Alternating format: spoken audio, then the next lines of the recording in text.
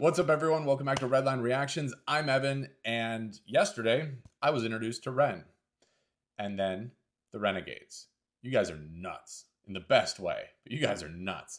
And of all the songs that were recommended and suggested to me in the comments yesterday after I watched Hi Ren, the one that sort of resonated with me the most was Neurodivergent. So that's what we're going to be looking at today. As I said yesterday, I have ADHD. I've had it since, probably since birth. But I was diagnosed at 5, and I know a lot of people out there deal with this in varying degrees. So we're gonna go through this together, and yeah, let's check it out.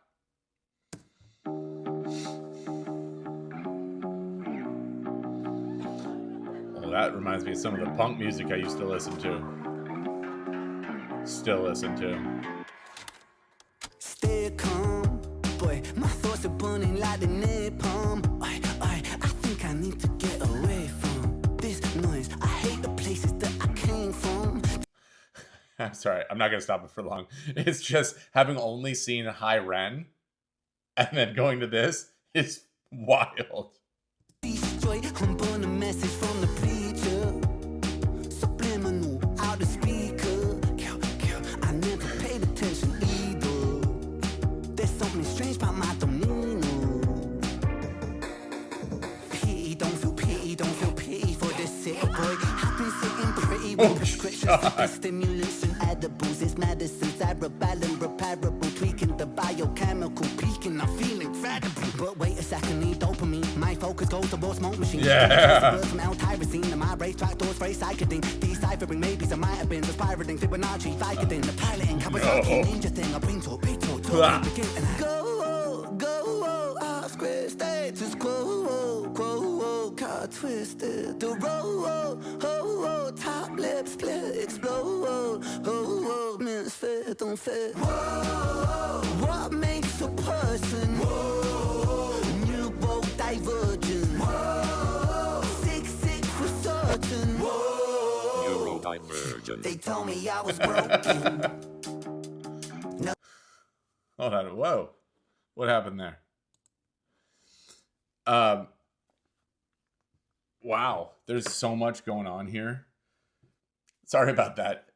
Garbage truck came by. It was super loud, so I had to cut away. But what I was saying is, I love how he manipulates his voice just throughout the song. I mean, granted, like I said, I've only seen 2, but he's flipping up into that falsetto back and forth. I'm not going to try it.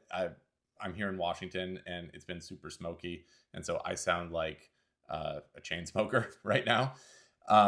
But yeah, really, really cool, and the subject matter is kind of nice, kind of refreshing to hear people talking about this. But a defect in my Let's go back. sick for certain. Neurodivergent. They told me I was broken. Nothing but a defect in my head. Said that I was hopeless. Also, sorry for pausing again, but speaking of ADHD and neurodivergence, that garbage truck just threw me off. So I'm still kind of spinning up here. So forgive me if that part was a little bit awkward. We're gonna go back one more time. Neurodivergent. They told me I was broken. Nothing but a defect in my head. Said that I was hopeless. Just a fucking reject hanging on by a thread. But after all the pills that they got me, it turned me to a zombie. So welcome to the dawn of the dead. In the handicap spot, just to see that doctor. And this is what he said. Yeah, he said I got a touch of autism. Piece of my puzzle is missing. While the attention deficit disorder tunnels my vision. But see, this world's an asylum and shit. We all in the system. And our sanity's the motherfucking cost of admission. Okay, so right there, he said a few things that really jumped out at me. First of all, he has the ADHD that tunnels my vision. ADHD doesn't do that, right? And I mean, it's one of those things. I said it in a comment the other day. For me personally, my ADHD, when I'm unmedicated, it feels like I'm in front of one of those Best Buy like TV walls where there's 60 different TVs and they're all set to a different channel. And then when I have my medicine, they're all turned to the same channel. Okay, that that's what it is. And then he also said something about being turned into a zombie. Like that's the worst case scenario, right? Because yes, there are a lot of kids and people, but especially kids who don't necessarily need to be on medication, who may not even have ADHD, who may just have, you know, parents who don't have a whole lot of patience, right? And you never want to guess or assume, but you see kids who, kids like that, if you put them on medication, they are going to zonk out, right? And you don't want that. You don't want to have to, overload yourself with medicine just to be a certain person. For me personally, I don't want to speak for everyone else, because obviously I'm not a doctor, but for me, I want just enough so that I can fully manage everything. I don't want medicine to manage it for me. I just want to be able to kind of take control of the things that cause or create obstacles in my life. But he's speaking the truth. Shit, we all in the system, and our sanity's the motherfucking cost of admission. You see that glitch in the algorithm, that's me. Don't fit in the crowd, I lift a boundary. Going sick, let it out and flip. They found me, but the misfits round, so bitch, allow me to show 'em what I came to do. Shut the blinds and keep the noise down, cause it's about time to let them all into a madman's mind. Not well, but hell, I feel fine. Go, whoa, off script state. This whoa, got twisted. He Jesus. whoa, top lip split. Explode, whoa, misfit, don't fit. Whoa, what makes a person? Whoa, neurodivergent. Whoa, sick for certain. Whoa, neurodivergent.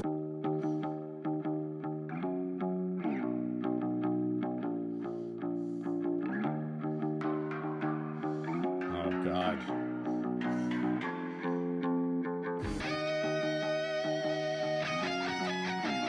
A face melting guitar solo?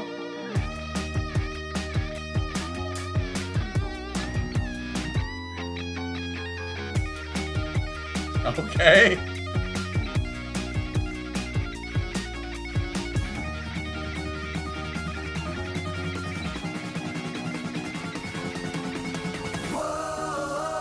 Sick entirely. Oh my God. Drinks and psychiatry. What high school is this? Anxiety. Or mind and sobriety. Doctors lining up to lie to me. Speak too much, they try to silence me. Just a product of society. Well, that's fine with me.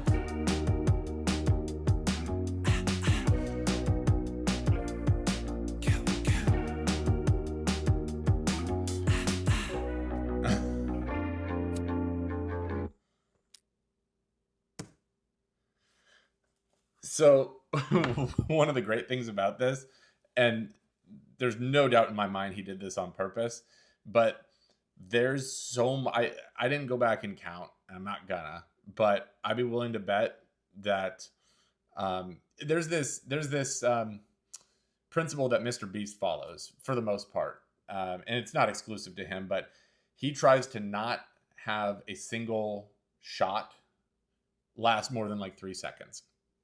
And I bet if you go back and look at this, there's not a whole lot of shots that last more than that long. Everything's changing super fast, and not just in the same scene, but from scene to scene, bathroom to classroom to arrows to swords to spiders to all this crazy shit. And that's a pretty good representation of what goes on in our brains. It's just bang, bang, bang, bang, bang, right? And that's one of the reasons why something like ADHD or, being on the spectrum or any other, psychological or neurodivergence condition, neurodivergent condition, that's why it can seem so overwhelming at times, because initially you are only presented with the negative. They are negatives, not quotes. They are negatives for you, because if you don't know how to handle them, it sucks. I'll tell you right now, like when I first started taking medicine, so I was 5 years old and I went to a Montessori kindergarten, and my behavior was so bad. And my mom tried everything. everything. I mean, she had to buy a pager. She had to buy a pager that only the school had the number for, so that she could get called and to come pick me up if I was behaving badly. That was the only thing left for me to stay in school. And it got to a point where the principal said, listen, you need to take him to see this doctor or he's not welcome back at school. And this principal is one of the best ever. She's amazing. I owe her a tremendous amount. And went to see this doctor. It was probably the easiest diagnosis of his career. He's one of the top behavioral pediatricians in the country. And I started taking the OG Ritalin for it. And even though it was the right decision, it sucked to start. It sucked. There was an appetite suppressing effect to it, which made me look like a heroin chic CK model just without the doe eyes. And I remember it gave me physical tics. And specifically, and this is not something that I share with a bunch of people, but I'm also at a point in my life where I don't really care. It's a part of me.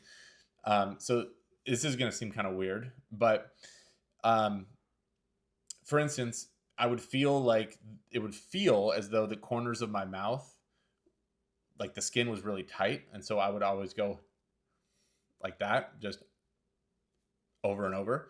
It would feel like the collar on the back of my shirt was hanging down too low. So I would always go like 5 and 6 years old. There was one that came maybe about 2 years later where it felt there was nothing there, but it felt, and you're not really gonna be able to see this, but like there was a golf ball sized thing on my left side, kind of down by my lower ribs, like right here. And I would go, and I'd basically use a hammer fist and just hit myself right there to make it feel better. Just inexplicable, right? Doesn't make sense. And so those are the things that we are confronted with and we have to face first, which are overwhelmingly negative. It wasn't until I got into my 20s and realized and discovered the things that I was passionate about. Like, I love coaching. I love coaching track and field, right? I'm a sprint coach. A lot of things happen really fast, and there's a lot of things that happen all at the same time. And yes, we can get things on camera, but one of the things that this is not me saying it. I've had several of my athletes' parents refer to this as my superpower, which is a bit much, but I'll take it. This is going to sound weird, but one of the things that I'm able to do is essentially, like, think about a sprinter coming out of the starting blocks, right? At the start of like a 100-meter dash. I can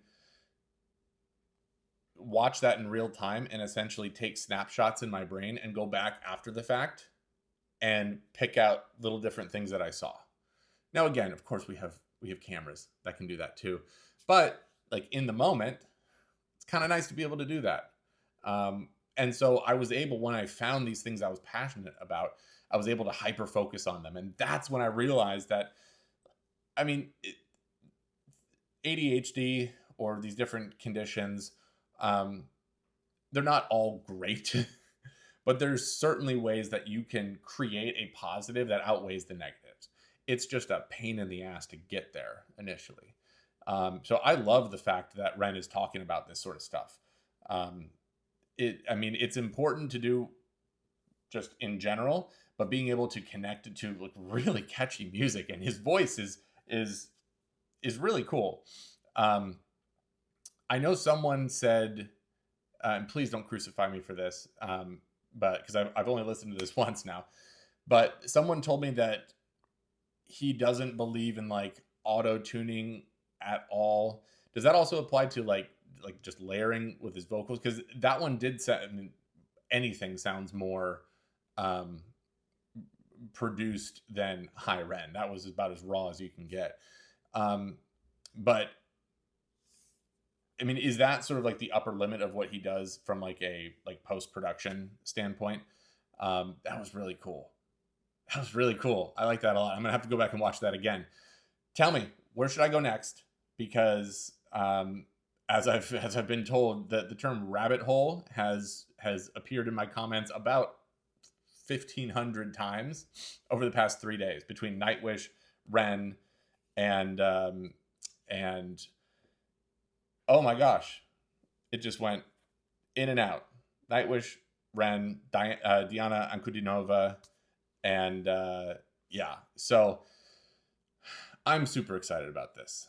This is really cool. I love everything that he's doing. He seems like an incredible guy. Let me know where I should go next.